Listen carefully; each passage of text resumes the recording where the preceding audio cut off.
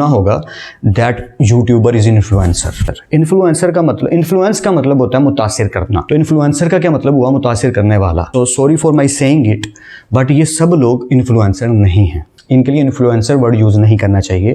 ये word use किया जा सकता है किसी हद तक। They are good in entertaining people, या they are entertainers, not influencers. Influencer क्या होता है? जैसे हमारे नबी पाक सल्लल्लाहु अलैहि वसल्लम दुनिया के कायनात के सबसे बड़े इन्फ्लुएंसर हैं। सहाबा हमारे हज़रत अली, हज़रत अबू बकर सिद्दीक़, उस्मान गनी, हज़रत Umar Farooq, there are so many. Jinnah Sahab, Allama Mohammad Iqbal रहमतुल्लाह अलैह, गांधी जी, भगत सिंह, चंद्रशेखर आज़ाद, जिनके भी मुझे नाम माइंड में आ रहे हैं अभी, वो सब, सर सैयद अहमद खान, ये सब लोग इन्फ्लुएंसर हैं। जब आप इनको स्टडी करते हैं, पढ़ते हैं, तो आप पे इनका असर होता है, and you want to become like that when you read them, कि यार मैं ऐसा करने की ज़िंदगी में कोशिश करूँ, मैं भी कुछ ज़िंदगी में ऐसा करूँ। ये हुआ इन्फ्लुएंस होना, ये होता है इन्फ्लुएंसर। तो हम इन्फ्लुएंस वर्ड को पहले अच्छे से समझ लें, फिर इन लोगों को इन्फ्लुएंसर कहेंगे। मैं किसी के खिलाफ नहीं हूँ, खुदा मुझे माफ़ करे, सबको माफ़ करे, बट ये साइकी मुझे समझ नहीं आती जो दुनिया में चल रही है, कि आप एक वर्ड को बिना समझे वो टाइटल दूसरों को दे देते हैं। गलत है।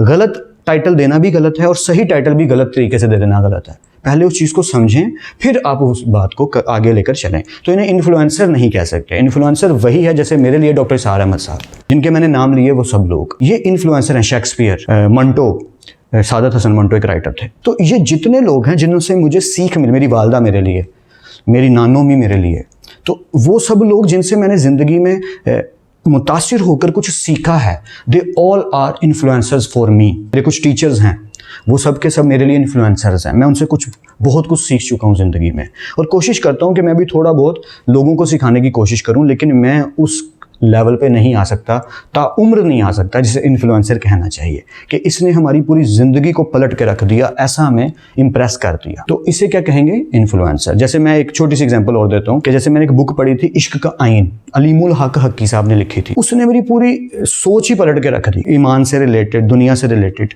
तलाश एक मैंने बुक पढ़ी मुमताज़ मुफ्ती साहब की, उसने भी मुझे हिला दिया। तो ये लोग क्या कहलाएंगे? इन्फ्लुएंसर। बानो कुदसिया जी की मैंने राजा गिद्ध बुक पढ़ी, उसने भी मुझे पूरी तरह हिला दिया था, शॉक्ड कर दिया था।